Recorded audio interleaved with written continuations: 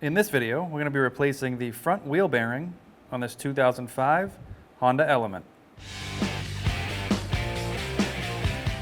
To remove our wheel, it's going to be a 19mm socket.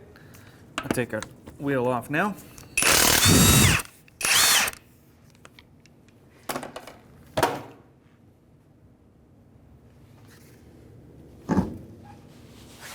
So our backing plate here is pretty well rusted and corroded. We're just going to make it go away.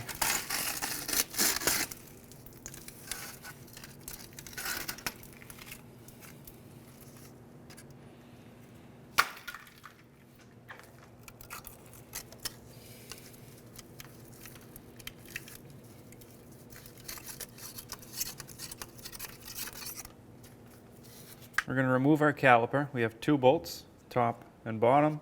They're going to be 14mm.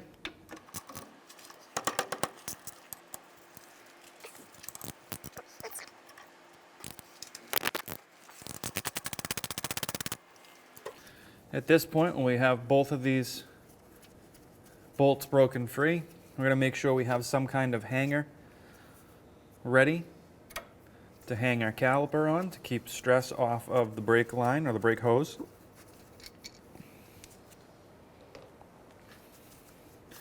Sometimes these calipers will come right off the brakes. Sometimes you'll need to get in here and pry them off. This one slid off no problem. So what we can do is take our hanger, swing it around here, and we're going to hang it right on the spring, up and out of the way. Now we can see our pads. I'm going to remove our spring hardware. Just squeeze and remove. And our pads. Our pads should pop straight out. Same thing on this side.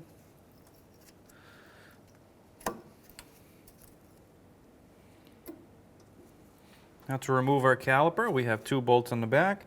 They're going to be 17mm. We did switch over to our breaker bar because these are going to be heavily torqued in.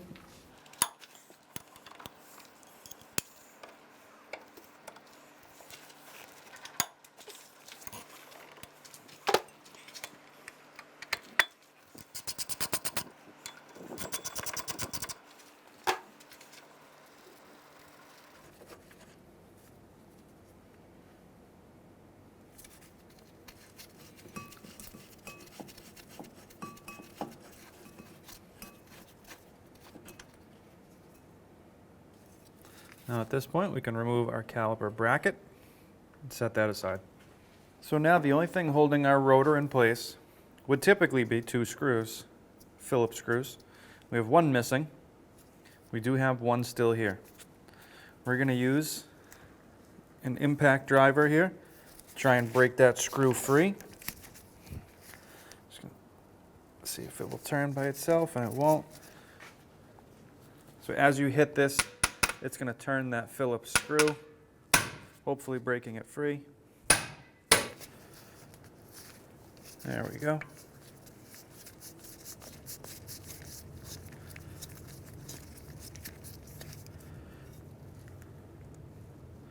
We can set that screw aside. Now that the Phillips screw's out, our rotor usually comes off just like this. Sometimes you might need to hit it from the back or the front with the rubber mallet to break it free, but this one's free. So go ahead and take this right off. To remove our speed sensor from the knuckle, we're going to need to remove this bolt here. It's a 10mm. So we'll go ahead and remove that now.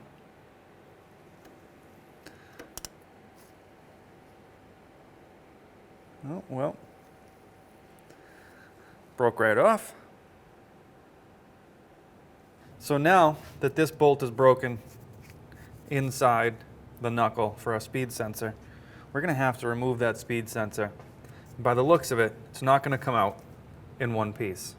And we're going to try and lightly pry around this speed sensor to pop it up and out. There's probably a prong, a plastic prong sitting straight down at the length of this that's going to need to come straight out. And when the knuckle looks like this, there's a good chance it's not going to come out. So just take our time and see if we can get this to come out without breaking. And we can see now that the flange here is moving, but this block, that square block there, isn't moving at all.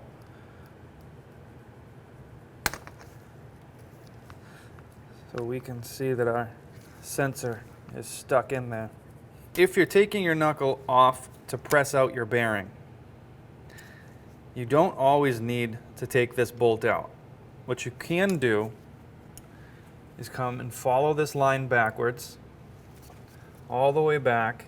There should be a bracket here, but ours is rotted off. And you'll find around the back side your plug. If you're a speed sensor, you can disconnect and remove the clips for this cable and take it off with your hub or with your knuckle. That's one way to go about this. The other way is to remove it from the knuckle. We're gonna remove it from the knuckle. All right, so we're gonna use a small pocket screwdriver towards the back where our bolt will go through. See if we can pry that up.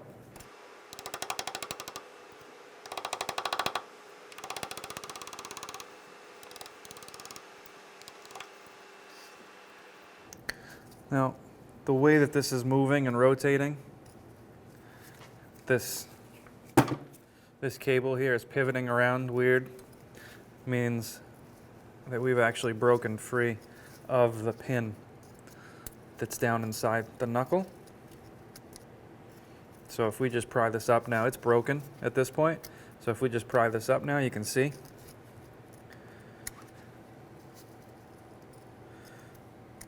that we have some broken plastic and then the centerpiece right here. All right, so you can see the bottom here. This is where this broken plastic is, and this is the centerpiece. So we're just going to continue to work this out, and then we'll deal with it once it's out. Okay, so this is our mounting plate, or our bolt flange here. We can move this up out of the way. We're still trying to remove the centerpiece out of the knuckle. At this point, we know everything's broken, going to need to be replaced. So we're just going to try and pry that out.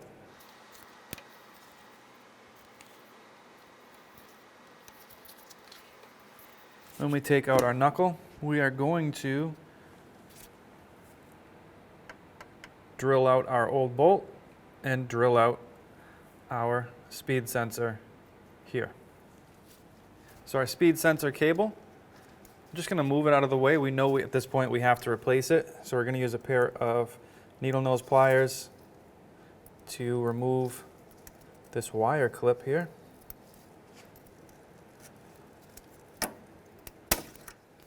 And we can move that back and out of the way. And right here is going to be a 12mm bolt holding our brake hose to our strut assembly. We're just going to move that out of the way. Now underneath on our ball joint and our lower control arm here, it's going to be another point holding in our knuckle. We have a cotter pin on our castle nut. So our cotter pin typically is folded over. This one's straight out. So at this point, we're just going to try and force it back through and pull it out.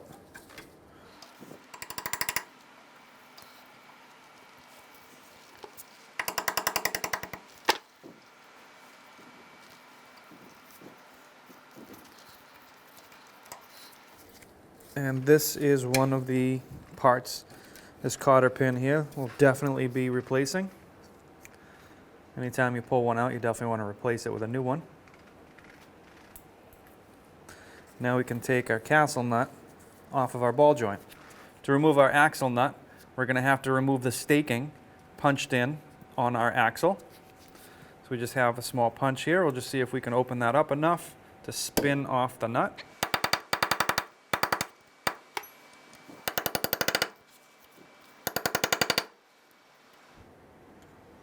Now all you want here is just enough to get that nut spinning. You don't need to make this perfect. This is also another one of these parts that you want to replace after removing is your axle nut. From here, we'll use a 36 millimeter socket on an impact to back that off. We're not going to take it all the way out just yet, but just to show you,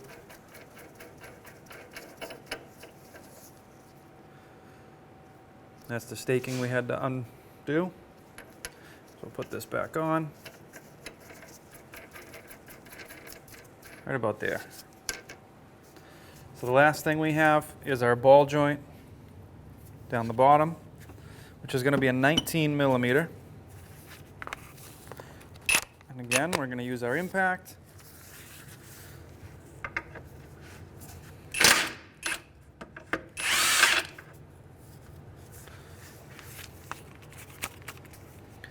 And there's our castle nut. Now on our castle nut, we're actually going to take it and flip it backwards, spin it back on a couple of threads, and now what we can do is take a hammer and hit the ball joint from the bottom on the castle nut, not doing any damage to the ball joint itself.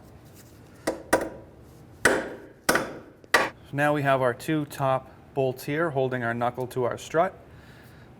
The bolt head side is going to be a 19, and the nut side is going to be a 22. So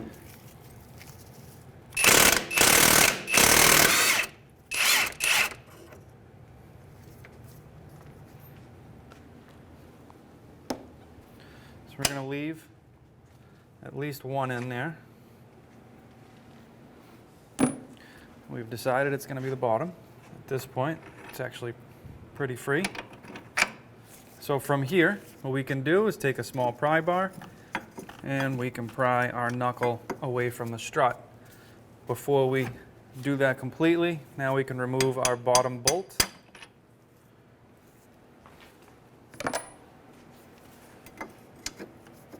Put a pry bar between the knuckle and the strut. We're going to hold our strut into place and pull our knuckle forward.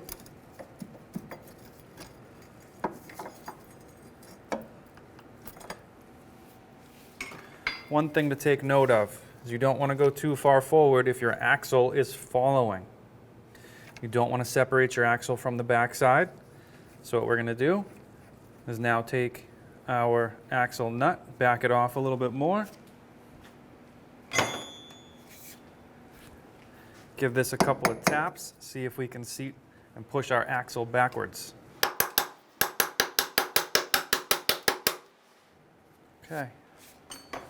I'm going to keep working that axle backwards until it comes out of the knuckle freely.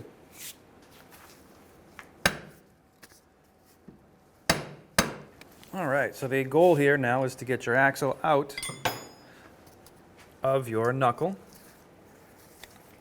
And we're just trying to separate the two here.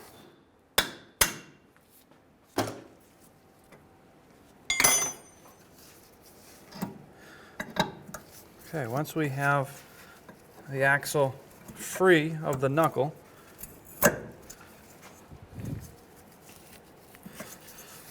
just going to pull it aside.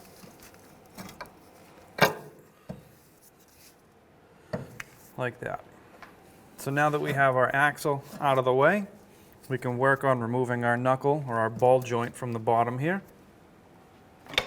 We're just going to continue to put some upward pressure on it with a sledge.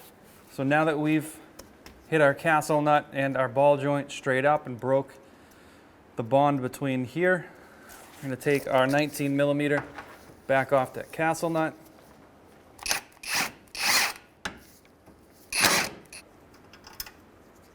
Okay, from here, we're going to move up top. We're going to take out that bolt that we just put in there. We're going to remove our knuckle, pull it out of the strut. We're going to lift out of the control arm.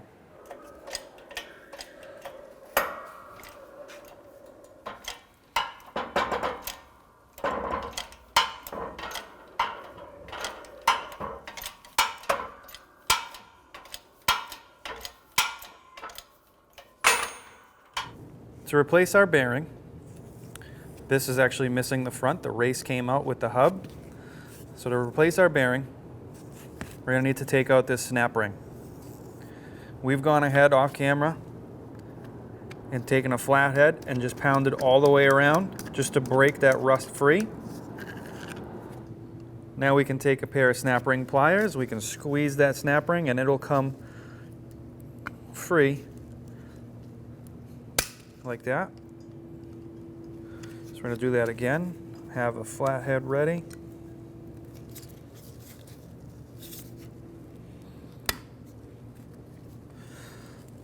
Pry this up and out. We're going to continue to work this down and out all the way around. Careful not to let it slip back in.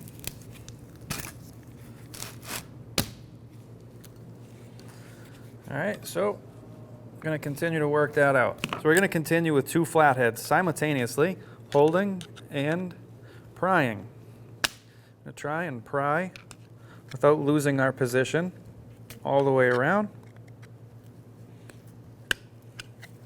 Eventually you'll get to a point where it's going to pop free. You can then take your snap ring out.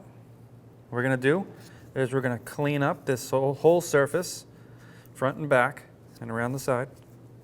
We're also going to come in here and clean up the best we can so that our new bearing and old snap ring will seat in there with no issues. Once we have these both cleaned up, we're going to go to the press and we'll press out the rest of our bearing. So now to remove the remaining pieces of our speed sensor, which you have to do if you're going to pull your bearing out, you're going to cut this flush. And the plastic here, which is also the plastic in the back of the sensor here that's stopping your bearing from coming out, we're going to remove this. What we'll try to do, see if we can work it out with a pair of pliers. Okay. The other option is flip it up, grab a punch, see if you can punch it outwards, back out. All right, so you can see we made no movement pushing it backwards. So outside of that, what we're going to do is drill it out. I'm going to grab a drill bit that fits the center opening there where the wires are. We're going to drill it out. Now, because we are replacing our bearing, we're not too concerned about doing any damage back here. If you are not replacing your bearing, be very careful coming through too far back here. You don't want to damage this black area or your magnetic pickup for your speed sensor. Again, we're going to keep trying to pick at this to remove it without drilling as much as possible. I'm going to step up one size.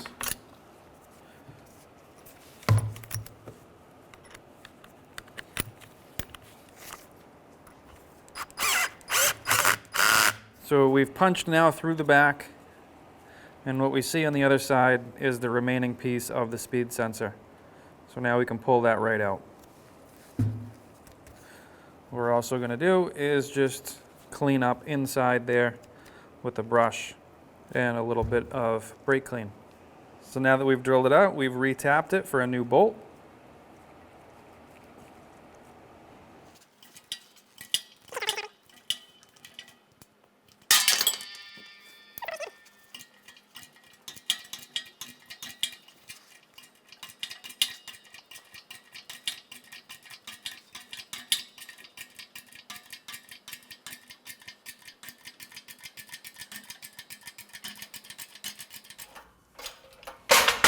We're going to put a light coat of grease on the inside surface of where our bearing is going to sit.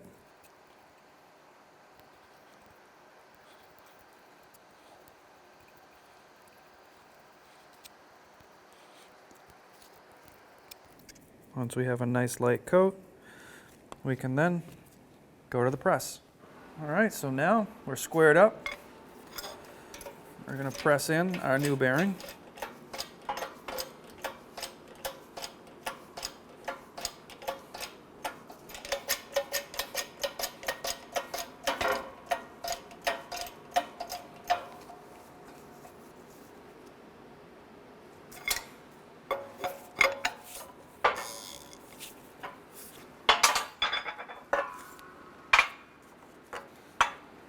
First thing you're going to want to do is flip over your bearing, and you're going to want to check to make sure that your silver on your bearing is below the snap ring groove. If it's not below that groove, you're going to want to repress and seat it all the way down.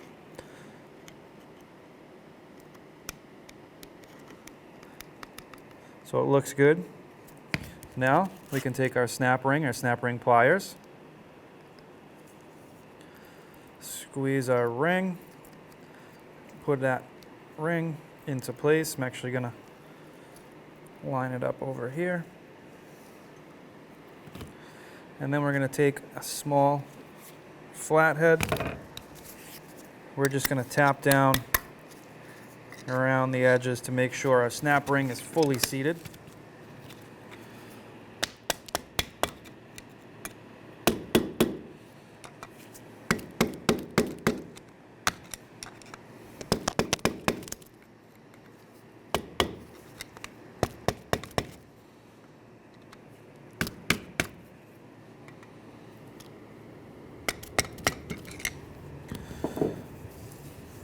Once you're sure your snap ring is fully seated, we can go back to the press, and we can now press in our hub. So before we go to the press, we'll put a little bit of grease on the inside here where our hub's going to go.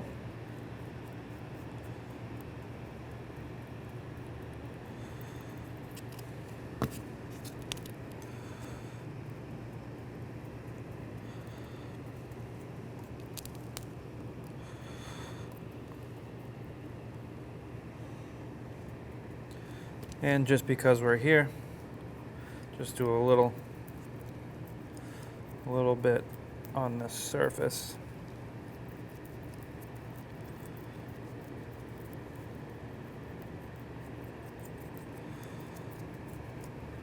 All right, now we're ready to go to the press.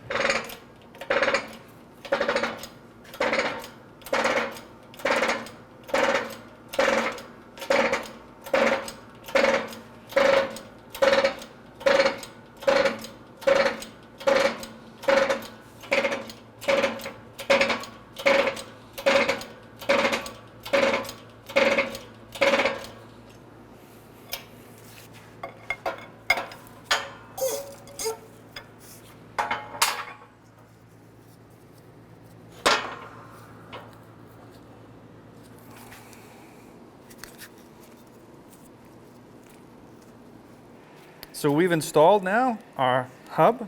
We've pressed it into the bearing. You can see the back side here. We got a whole bunch of extra grease. We have our new hub on the knuckle, now ready to go to the vehicle. On the end of our axle splines here that go into the hub or the knuckle, we're going to put a little bit of grease, and we're going to put it into our new hub. Okay, at this point we can spin or rotate the knuckle itself. We're going to put our new axle nut on, a few threads. Now we're going to put our knuckle into the lower control arm. We're going to put it into our strut first, raise up and locate our ball joint. So now what we're going to do is align our bolts. Now that we have our knuckle into our strut, push and align our bolts here. We're going to pull this back so we can start our bolt coming through. There we go. I'll put our nut on. I'm just going to snug this up. And now we can put our top bolt in. We're just using a pry bar on one side to kind of help us align the holes.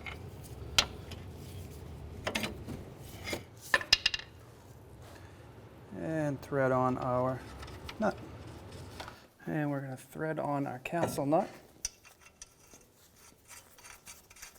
All right, so our ball joint, castle nut, is going to be torqued down to 50 foot-pounds. And we're going to slowly creep up on this because we need to make sure that the cutouts on our castle nut line up to the hole in the ball joint stud so we can put our cotter pin through.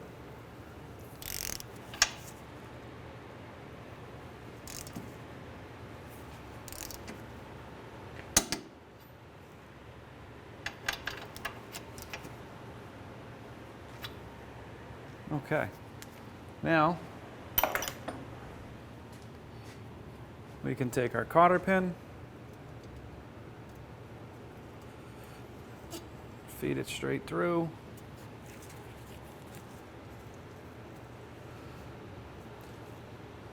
separate that, bend it back on itself.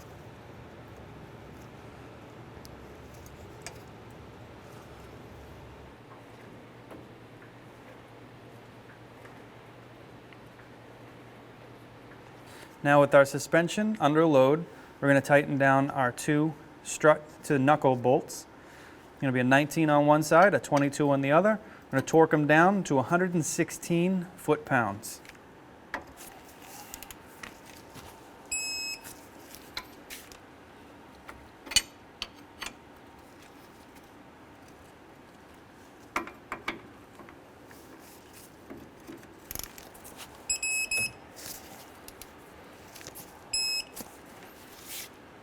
Now we're going to torque down our axle nut to 181 foot-pounds. We've lowered our vehicle close enough where we can put a big pry bar between the studs and the floor.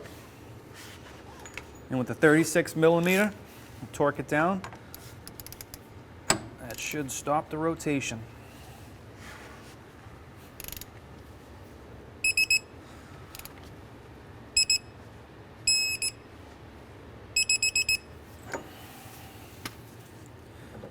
All right, so now one last step is we will stake in this center here onto the axle to stop that nut from rotating.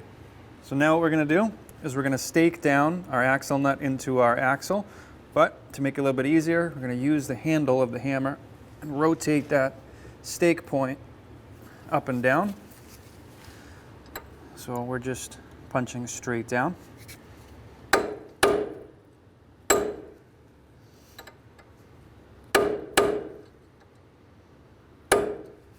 Okay. So now at this point, we're going to want to make sure that this hub surface is nice and clean and ready to receive the back of our rotor. This is actually very clean, but if yours needed a little bit more attention and it had some corrosion on there, you can get in there with a wire brush and clean up whatever you need to.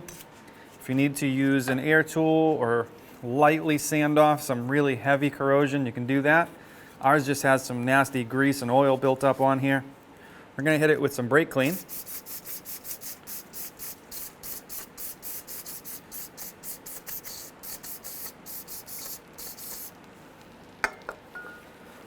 Just give it a quick little dry, because what we're going to do from here is hit it with some anti-seize.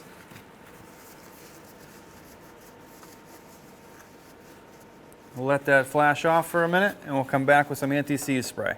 So now we're going to use some anti-seize, but we're going to use it in an aerosol form. So instead of spraying everything in the general area, we're just going to use our paper towel here just to stop it from getting where it doesn't need to be. We're just going to put a light coat on our hub surface. So we're going to line up our Phillips screw holes.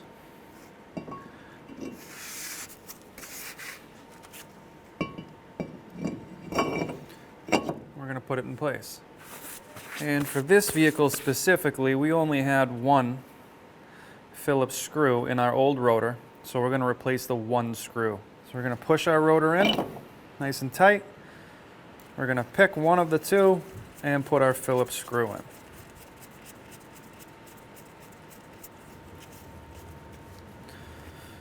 I'm going to hold the rotor in place and we're going to tighten that down. Now we can take our caliper bracket and put it onto our knuckle, put our 2 bolts in.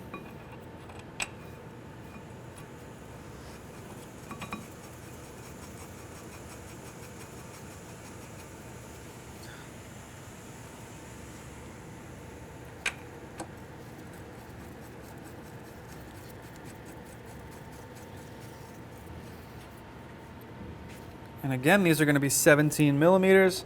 We're just going to snug these up, and we're going to come back and torque them down.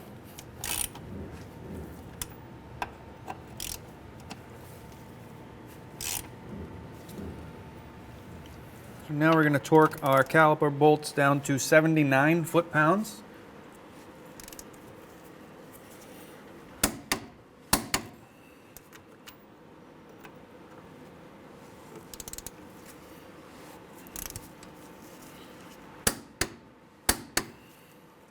Now that our caliper bracket is torqued down, we can install our brake pads. We're just going to simply put the bottom tab into the metal slot, push down, and align the top and push into the rotor. Now that you have your pads in and squeeze nice and tight to the rotor, we have 2 last pieces of hardware. They're going to be these spring clips. There are holes on your brake pads. You're just going to squeeze these together and put them in the holes. Sometimes these want to fly out, so watch your eyes and be careful that they might want to run around the room.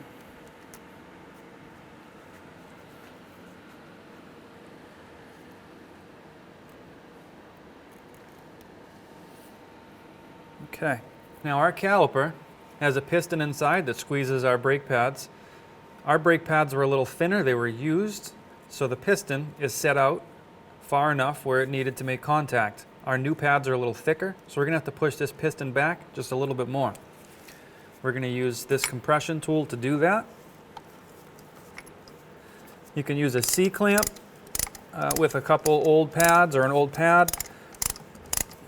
The idea here is just to push this piston back into this area here as flat as possible, not at an angle.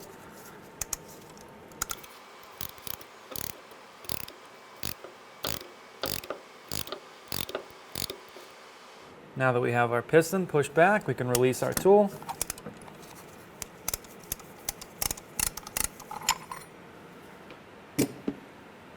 And now we can take our caliper, put it on our pads. I'm going to take it off of the hanger. Again, we're going to be careful not to stress the brake hose. Slide it onto our pads and into position for our bolts on the pins. Once it's in position, take one of the 2 bolts and thread it in place to hold our caliper. So with our 2 caliper bolts now snugged up by hand, you want to make sure on the bottom here, your caliper pins, the pieces that we greased earlier, you want to make sure they align with the caliper. There's a slot that those pins will sit into, which will stop the pin from spinning when you tighten these down. I'll make sure that's aligned. If it's misaligned, you may also not be able to get your bolt in. So we've got those both aligned, top and bottom. And now, with our 14 millimeter socket, we can tighten these down to 25 foot-pounds.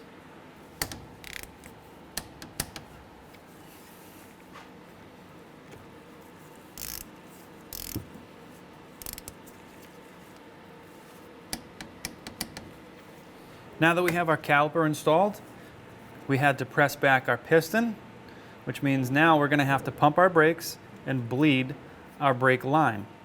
We want to make sure we didn't introduce any air or anything into that line. Typically when you do this, you won't introduce any air because you haven't opened a line, but you have moved fluid far enough back where you want to make sure it's all the way forward and ready to go when you start and drive your vehicle. So to do this, we're going to use a 10 millimeter socket. We're going to open up our bleeder screw. We're going to wait for some fluid to come out. we're going to look for no hesitation, no break, and no air bubbles in that line. Once we get that, we can close this back up, go up top of the vehicle, check our brake fluid level. We want to make sure that it's full to where it needs to be. If we need to add any, we'll go ahead and do that. So now, with a 10 millimeter, we'll open this up.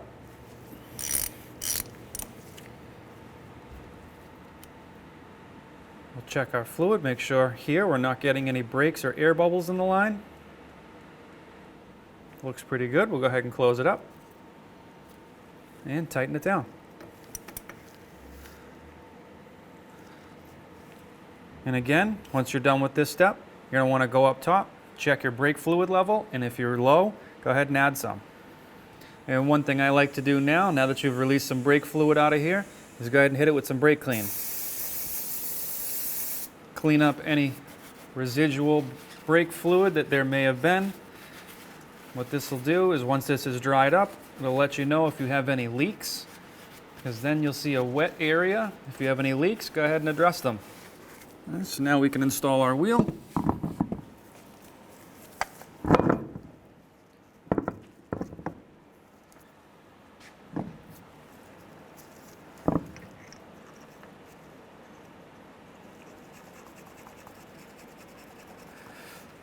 Sometimes when I'm having an issue centering or getting the wheel on nice and flat, I like to do a top nice and tight.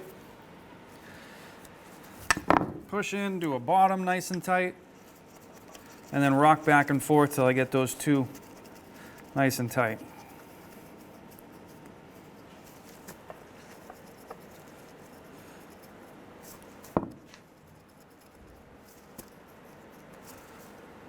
And that usually helps me get a wheel nice and flat. All right, now we can do the other ones. Come in here with our 19 millimeter. Just snug these up.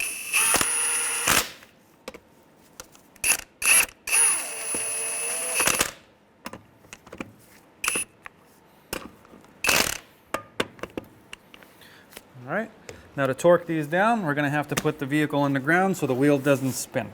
Now that our vehicle's on the ground, we're going to torque our lug nuts down to 80 foot-pounds. We're going to do it in a crisscross pattern.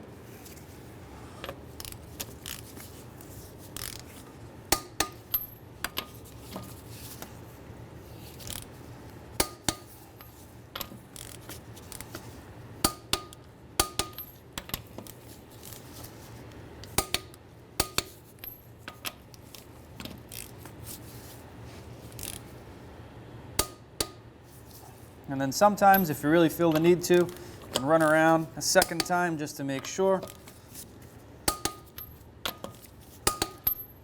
Now at this point, you're going to want to take your vehicle down to a shop and have a professional alignment done. And that's it. When only the best will do, demand TRQ.